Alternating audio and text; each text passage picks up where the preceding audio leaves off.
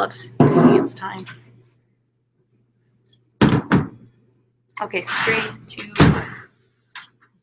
Hi everyone, welcome to Samurai 5.0. We're gonna have a lot of fun today. We are. My name is 𝐲𝐴𝐵𝐵𝐵𝐵, and I just want to welcome you to the Stylelabs headquarters. And we are going to be having a really fun time today because I have the one and only Dennis Plintz joining us, and he is a local. He's a Calgarian and father of 2, husband, and a very successful entrepreneur. So I just want to welcome you to the show. Thank you. We're excited. We're going to have great energy today. This is going to be fun. This is going to be a lot of fun. We almost missed the start time because we're going. We're like jabbering. It's like, oh, we have to get going. Okay. So Dennis, thank you so much for joining us. And I just want to start off by saying, sharing with our audience that I had the pleasure of being introduced to you and having you present to all of our interns. We just finished the internship this past week. I actually interviewed them last week, and you were brought on as a special guest to really, pour belief, share entrepreneurship. I mean, I was in tears. Like, you were so inspiring. I was in tears. Oh my God, we were all in tears. Really, you guys. He was a keynote speaker for the launch of the internship, and I was just so inspired.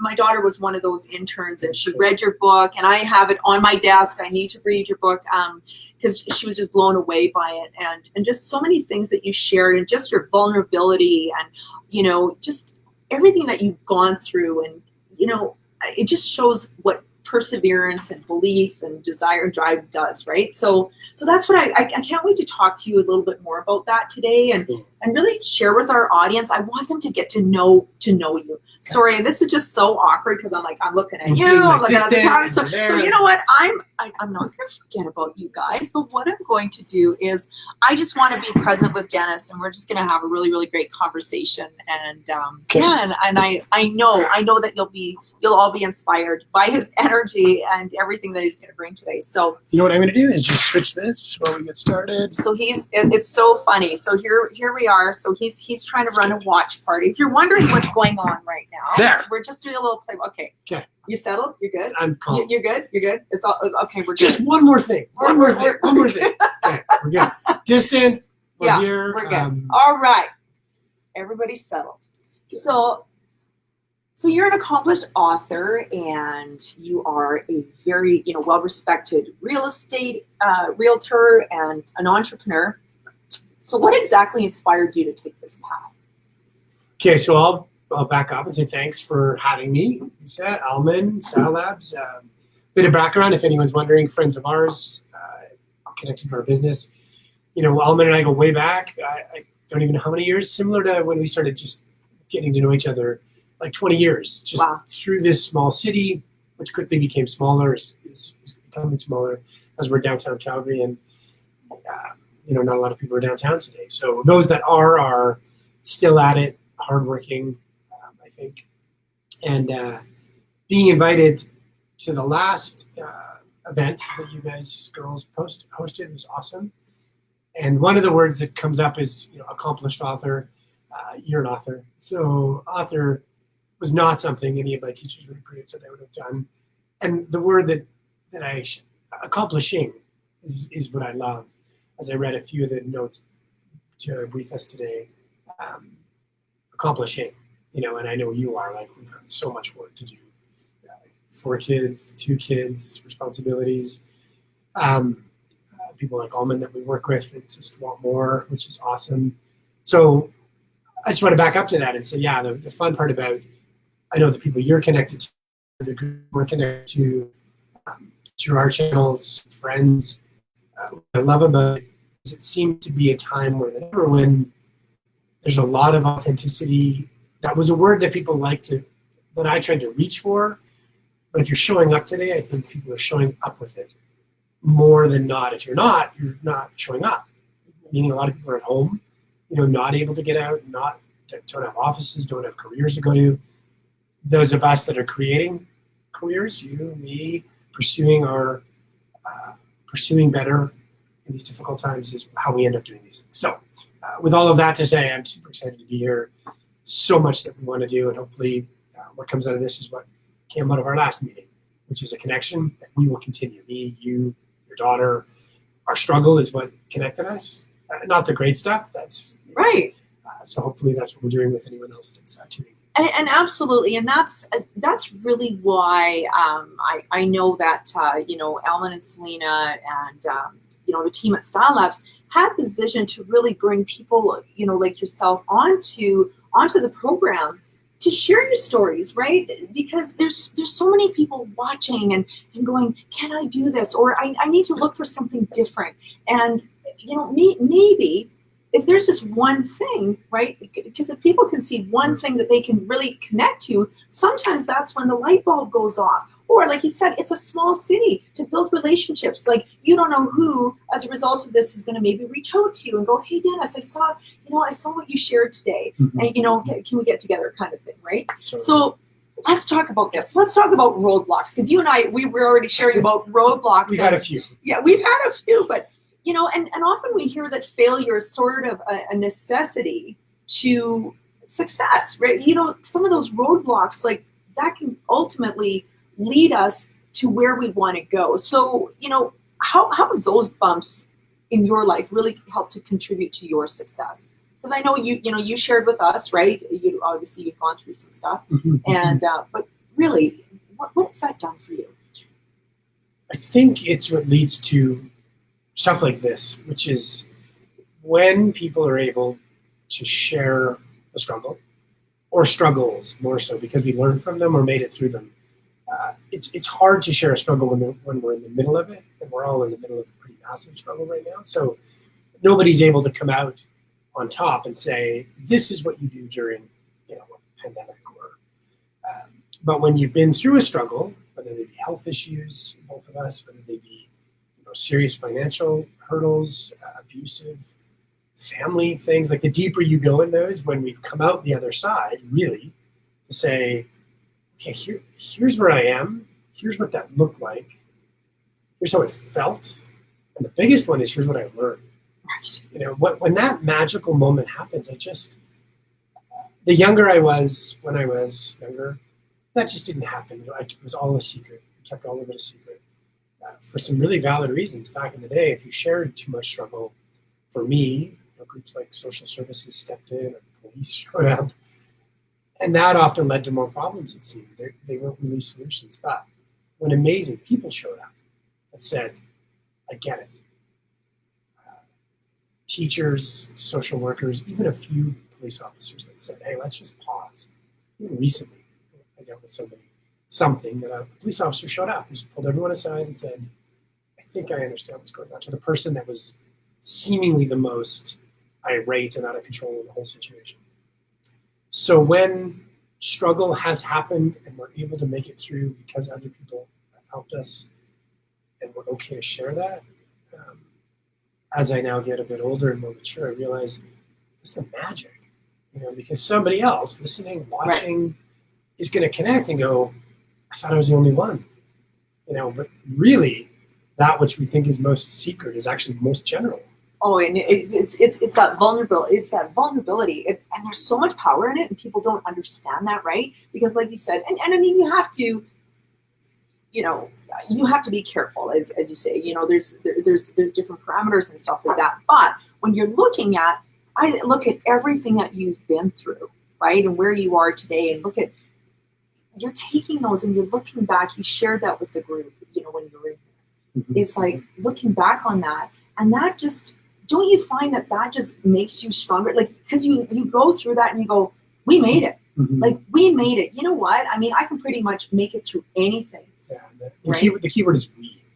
I think of when I share with, just a bit of background in 10 seconds, abusive family environment that was filled with just too much alcohol from lots of people around, violence that came out of that we survived.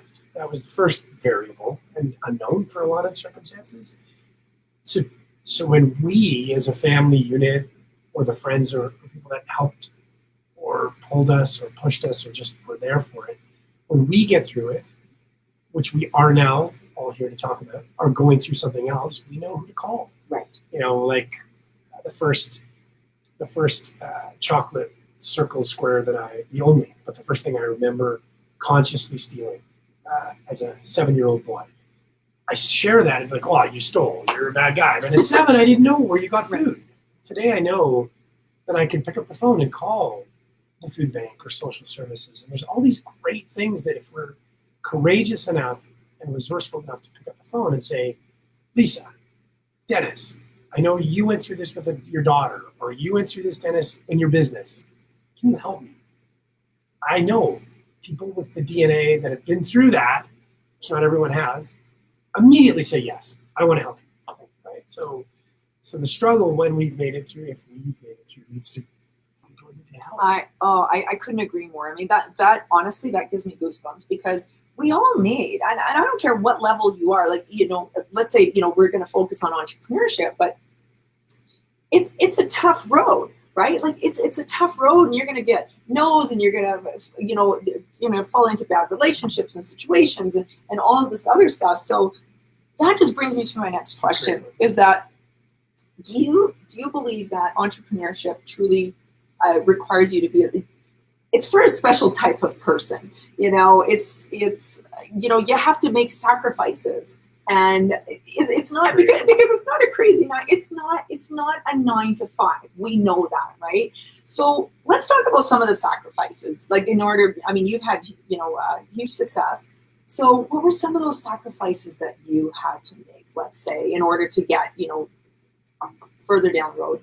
Yeah. So for anyone just tuning in, so we are talking entrepreneurship, which means something different to everybody. Yes. And the way that this has been set up by you as an entrepreneur, and me, and 𝐸𝐴LMN, and the teams that work alongside you, and lots of contractors, I can easily swap out the word entrepreneurship with unemployed, meaning without pursuing, or without the pursuit of getting paid to pay the bills, which to me is success. Being able to pay the bills is successful. There's a lot of years that wasn't an option.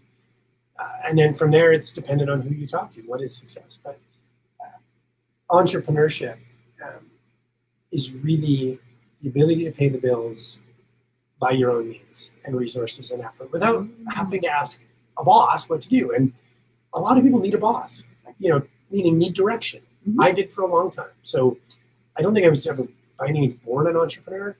I think that the fact that I'm fairly unemployable by all normal measures, like I just can't take instructions very well. Okay, because I was going to say, so just expand on that. So when you're saying that, no, just for people that are viewing. So I'd be a great hire, meaning if you hire me, even in my current role as a real estate associate or a marketing professional, I'm a great person to have working for you, because it also brings with it fierce independence to get you the best result possible. However, if you're somebody who wants to give me instructions, even when I buy something out of the box and I can read the instructions, I'll inevitably return it.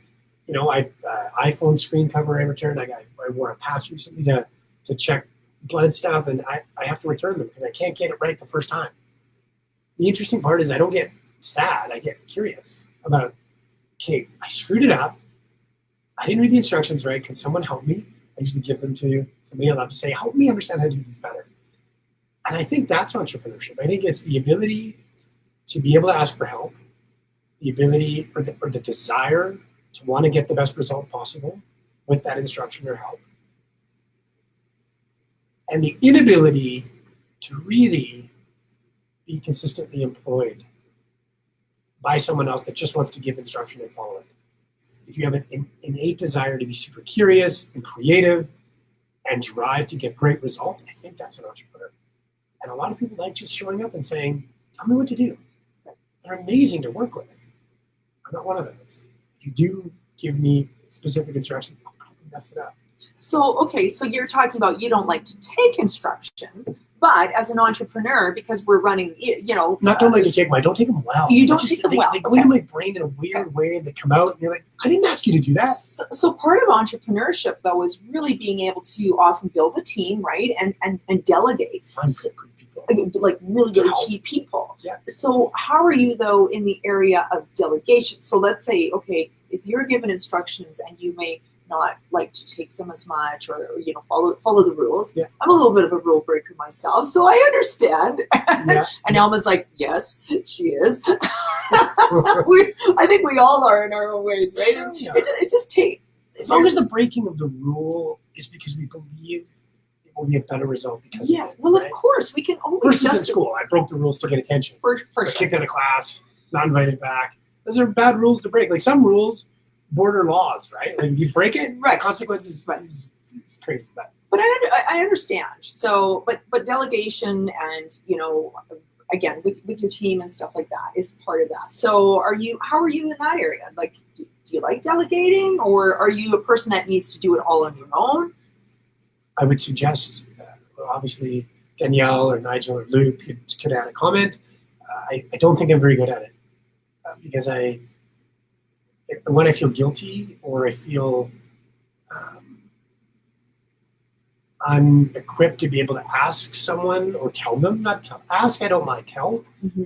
you do this versus like the kind of journey the first mile with them. Let me back up though and give one example of instructions very specific that I totally messed up that changed my life. So I got hired out of high school to work in a dental lab. And the owners of that were serious entrepreneurs. A dental lab is high cost, low margin, serious business. I was one of 4 being interviewed, kind of like the internship program, but one of 4. And there was interview process, and then the second round of interviews, they gave us a mound of clay and a sheet of instructions that you had to carve this mound of clay with these tools into a certain thing they said, like this many millimeters by this, by that. We had 90 minutes to do it. 2.5 hours later, I'm the last person out of the room. They stayed late because I just kept going. It's going to be amazing. It's going to be perfect. And I came out, I put it on their desk, like I had done the best. Right. It was like they should have hired me on the spot. They hired me a month later. I found out 6 months later when I put it on the desk at the front counter and they're waiting after hours to get home for dinner. I'm 20. I leave and the owners of the dental lab looked at each other and they looked at my thing and they said, he's either stoned or creative, because it was nothing like the instructions.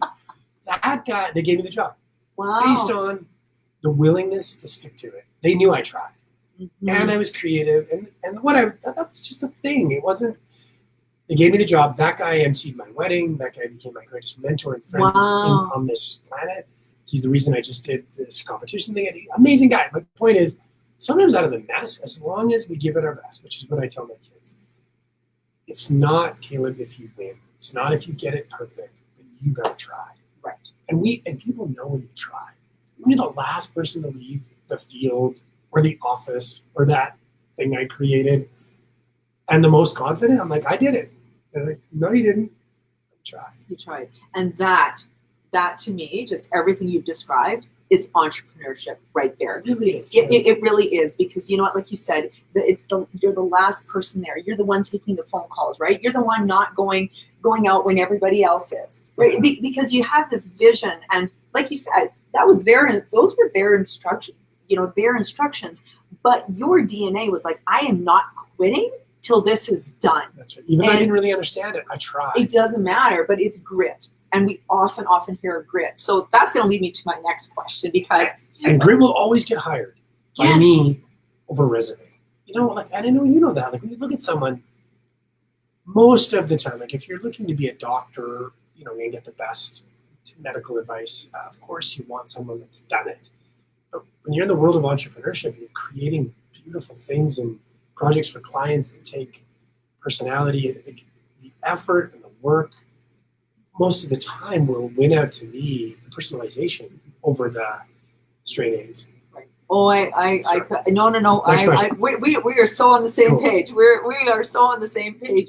But that just leads me to the next one though, with grit. So you just recently achieved a huge milestone, a personal best. So I want to hear a little bit. Can you share with everybody a little bit more about that journey? So it's only 4 or 5 days old. The personal best was, so that the public best that would apply to a lot of people, you and anyone that's an athlete or any of that stuff. Some friends and I completed, which was the person that just completed, a half Ironman race on Sunday. And I had no experience in that a year ago. Didn't know how to bike, didn't know running shoes. The biggest, though, personal best is I didn't know how to swim. When I signed up for what is yet to happen, a full Ironman, so it's November, 2 months away, I signed up, did some research, and realized it's a big swim. And I, because of health issues, didn't do any swimming as a kid. And thought I better get some lessons. So I tried. And the swim coach that I had in January said, we got to have a different plan. Like, this is not going to work. Like, I couldn't do the front crawl. So I thought I would do the breaststroke. The cutoff for that would be like 2 hours, 15 minutes. And it was like 2 hours when it should take you like an hour. Right. But you're new. This is something new. That's okay, yeah. Right? Then pools got closed. Instructors got canceled. There was nothing. No races. We kept training, some friends and I. I found some open water in May. It was like 55 degrees freezing. It didn't work. As recent as a month ago, I was resolved that I wouldn't do the front crawl because I couldn't get my face in the water. Fear, breathing, all of it. If you're a swimmer, trying to be. I got in the water twice a day, every day. Then pools opened. I got in the water twice a day, every day that I could. And I swam. I did the race. Wow. And I finished. That's incredible. Oh, gosh. Okay. So I have to share something with Dennis. I did not know this. So I've been saved from drowning 3 times. So I, like you, Because you can't swim? I can't swim. So I too, this is so crazy. So I had no idea. So we didn't talk about what the personal best was. Well, but yeah, we did. But here's the thing. So, oh my gosh, you have no idea how much I admire what you did, because I did the same thing, except I was going to do a triathlon. And it was a sprint. It was a sprint triathlon, so it wasn't. I wasn't reaching for the Ironman, but I too. I thought, how am I going to do this? I have to go take swim lessons. So I did. How long ago was it? Oh my gosh, this was probably about. No, this would have been about 12 years ago. So you took some swim lessons. I did, and so. One length of the pool, and oh my gosh, I felt like oh my gosh, I got burnt, and it was so hard, and I kept doing it, and so the other stuff, the running and the biking was easy, right? For some people, that's difficult. Easier for sure. It's easier, but oh no, it was easy compared to the swimming, and you know what? I have to say, I made up an excuse to not go, and that's very unlike me. You're not alone though. The few friends that reached out that said to me. Wow, there's a few, but that said they've tried this, but the swim was the doozy. Like, we all hopefully rode a bike somewhere as a kid. Right. We've all run, Yeah, and you can walk if you can't run. I mean, you can still keep walking. That's right. Yeah, and I joked and said, look, like I stole bikes as a kid. I ran from the police. Like I'm good at those two, but kind of joking, kind of not. But swimming, like we just never did. Wow. It. We didn't have a lake. We didn't. So then you jump in a lake that's 50 feet deep and it's black. Forget it, right? So, yeah, the beauty of the struggle, the parallels are shocking to me. So it's like, to your point, like there's so many excuses to have not done the race. First of all, it got canceled. Right. And a great book that changed my trajectory on this is called The Dip by 𝐸𝐴𝐶. And it's about recognizing as an entrepreneur or an athlete when we're hitting a wall that is insurmountable, and that happens. Or we're in a cul-de-sac, which means we're actually just on the wrong path. Or the best thing to be able to do is when we're in a dip. And on the other side of the dip is greatness. But at the bottom of the dip, I make up a lot of excuses. And on the day the race got canceled, I wanted to eat pizza. I didn't want to do a 20-kilometer run, and there was a tornado warning. And that was in August.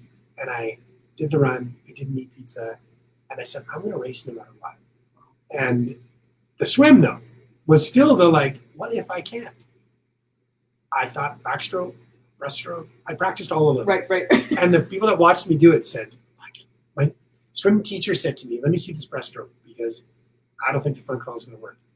I'm going to call her out because she's amazing and changed my life. But in the moment, she's like, that's not even the breaststroke. She's like, that's like a modified doggy paddle.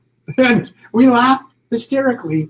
And then that night, she's like, I've never laughed at a student. I'm so sorry. I'm like, I was laughing. Oh my God. So to find that moment where we go in a dip, I look back on it and go, was it a cul-de-sac? Like, was it a dead end or was it a dip? Sounds like you were in a dip. Wow. But I love that. I've never heard that before, right? Dead end, cul-de-sac, dip. Yeah, everybody should write that down. Because if dead it's a end dip, cul-de-sac just dip, keep right? grinding. And there's just so much. So, you know, I mean, that's entrepreneurship too. But that's That is life. it, really. I mean that's really life, because so few people, so many people think about this. Like if they have an idea, right? You know, for those people that, let's say, that are viewing that, have an idea. But you know, they have, I always say it's, you know, you have the dream stealers that are throwing stuff at you. You know, you can't do this. Who do you think you are? Right?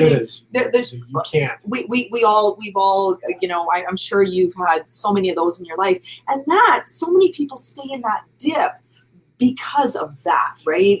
And I think that's the difference. One of the questions about what's the difference between those that hit a wall and back up, just go a different way, or those that you or me or most people really can hit a dip and go, wait a minute, I've been through worse.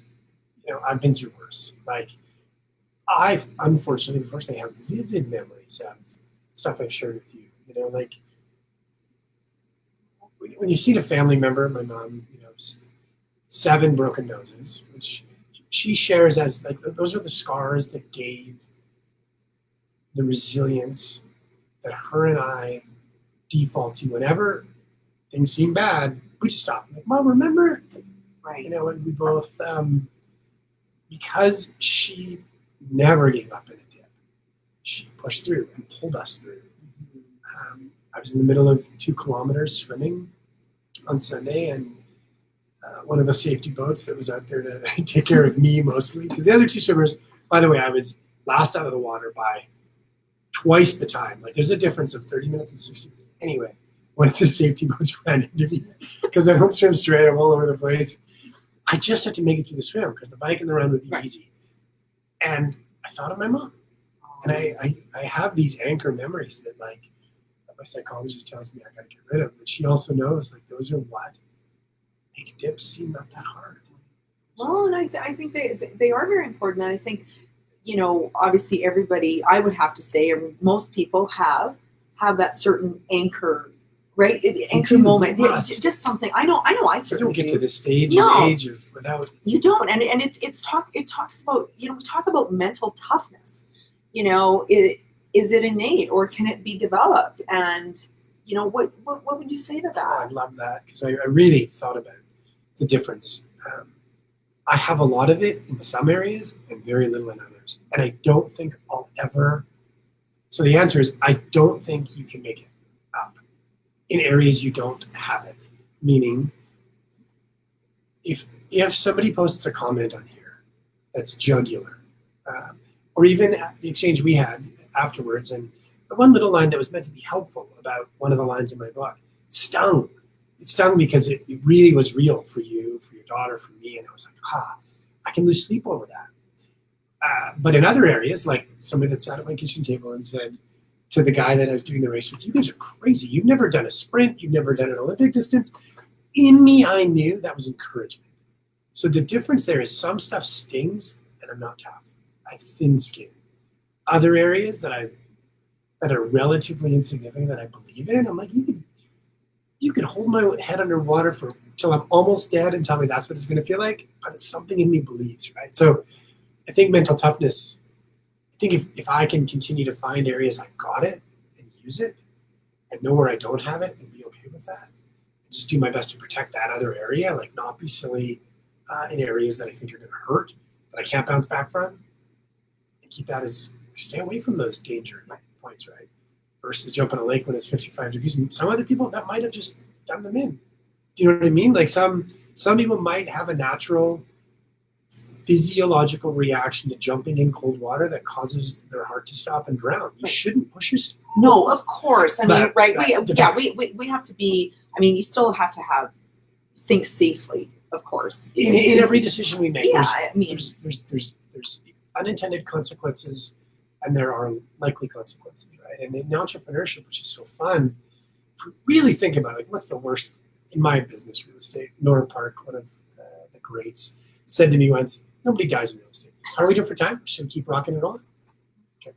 All right. So I have one last quick, two quick questions here. So now that, you know, with COVID and customer service, because you're dealing with customers every day. I mean, entrepreneurship. I mean, we're always selling something, or we have, you know, product or service. So how important do you think now, you know, of course, customer service, systems, all of that stuff, I mean, they've always been important.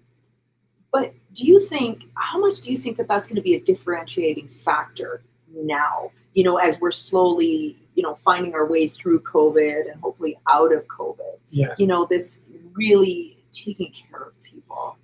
So systems and routine are critical. And now more than ever, because we have so many new rules and protocols in every sector of life. My mask, your mask, the distance.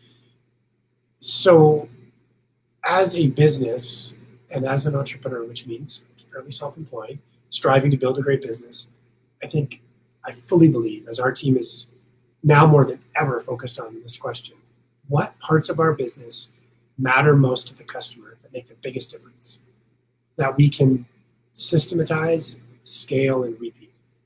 That will make the difference between us as a company that wants to scale and grow and reach more customers and do better things versus the real estate associate agent person I used to be, which was like when I started swimming, just thrashing to tread water, versus finding a routine and a rhythm and 2 swims a day and counting my breaths. And it's the same parallel, like a system that got me to 2 kilometers, 4 kilometers is the same system that makes businesses go from thrashing and almost drowning and dying to scalable and most importantly, meaningful to customers. And when we can do that and find the parts of the business that matter the most to the customer, despite the thrashing that goes behind the scenes every morning. Because they're not supposed to see that. Where am I going? What am I doing? Who's fighting what fire? If we can systematize the parts that matter, especially in these most sensitive days when everybody's freaked out or everyone's really sensitive, let's address the sensitivity. Example, the sale we did yesterday, part of our system is we used to, as an agent, you just throw up a sold sign. If you ever bought or sold a house, you put up a sold sign. We celebrate that. What that does to the homeowner, mentally and physically, freaks them out. It's like when the sign goes up. So now, today, I reached out to the kids of the parent, the very elderly parent we sold for. A part of our process is, hey, it's really great we sold for your mom. What does she love most? Chocolates, flowers, or stuffed animals is what I said. Aww. Because when we deliver the sold sign, a part of the system is we want to deliver a personal gift. And that's not bragging. It's saying, how do you reach that person in a way that makes that end of 30 years of living somewhere special? And it's a person, first off, that's going to stand outside they can't go in, leave it on the porch, step back 5 feet and say, we brought you this bouquet of flowers, these chocolates, they've been sanitized, it's safe. Putting up the sold sign, it's a big day. That part of the system is so hard for us to do regularly because you got to reach out to somebody. But if we don't do that, it's so important. Yeah, that's scale. That's system. I love that. Oh my gosh. All right. So before we leave, I really want you to share with us all about Plintz.com. I want to know where people can find you, as well, where they can purchase your book. I've got a few questions I'm firing at you. Okay, cool. But I want you to just share off and end off by sharing what differentiates you and where are you taking your brand now, right? Because you have a few things going on, obviously. So what do things look like for Dennis Plintz.com? Find me anywhere and message me, and I'll do my best. And if I miss the first message, which we know happens, just message me again. Plintz, Plintz, or ask for Plintz. And if someone reaches out and something mattered that we talked about, if there's something I can help with, if you need a free book, absolutely, the book is about everything we're talking about, overcoming adversity, more importantly, working through adversity, because that's how we're all getting out of bed. And sorry, what is the name of the book? I went and forgot, because you have two. Yeah, you have two of them. The Hustle is the one book. That's the most important one. You don't have to read the whole thing, just the first 8 pages of about 120, because that's about it. My mom, myself, my brother, the rest is so Hustle, and then we have another book called Positively Sold. And that one to me is if you're an aspiring or dreaming or wanting to be an entrepreneur, or you're unemployed and you believe you can do something amazing, that book, Positively Selling, that's my brand. I don't have many days I don't wake up even facing a 2-kilometer swim and fearful that I'm feeling pretty good. Like, we're up, we're at it, at least let's go. So that's that. And other questions? And sorry, where are you taking your brand now? You know, as you're moving forward now. So let's call this, you know, Plintz 2.0, or you know, where are you going? We have a motto on our team, which we have for quite a few years, to be and become. So we want to become the most reliable and responsive brand for real estate. And we will become that if we are that every day. So that our motto, and anyone on the team knows it, is be and become the most reliable and responsive brand for doing real estate in North America. And I say that as it doesn't feel like a big goal. It feels like if I can work with people that care about being hyper responsive and reliable, if anyone in any area are those two things, we want to work with them more.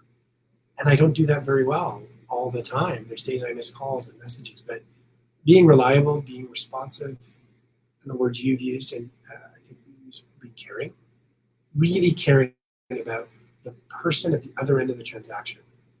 If we can be those things and build systems to help us do those things, Plintz 2.0, I think it's got a future, because the people that are doing this currently with our team are those people. Every single person on our team, mostly if you've survived this massive change in the economy and survived my personality, and we love each other, which everybody on our team has, and we've just brought somebody back. That's the DNA that we've all said. When somebody new comes and isn't a fit, it's usually because they don't come from a place that all of our current team does, which is they're hyper caring, super resourceful, because they come from backgrounds. We're all pretty similar, like one of many kids, or a kid that grew up independent. Right. If we can continue to give that back to customers and people that want our product, our service, there's no reason that business with those, because it's people that do that, can't go to some pretty cool spots. Awesome. Be and become. Love that. So, well, I know you and I could talk all day, and I just have thoroughly enjoyed this. So thank you so much. You've provided so much inspiration and so much value. I love everything that you touched on, and you just, I hope all of you that are, whether you're watching live or watching watching the recording, that you've drawn on, you know, just so many inspiring shares that Dennis has. Just really, I mean, you're so authentic, right? You're very vulnerable. You're very authentic, and I think so many people can relate. You know, it may not be the swimming story, but everybody has their own story. Right? Everybody has their own struggle, their own things that are going on. And you know what? Just seeing somebody else win and just sharing in the way that you have, I just think, you know, is incredible for everybody. So thank you so much. And thanks for tuning in, and we'll see you next week. Thanks, everyone. Bye, Mom.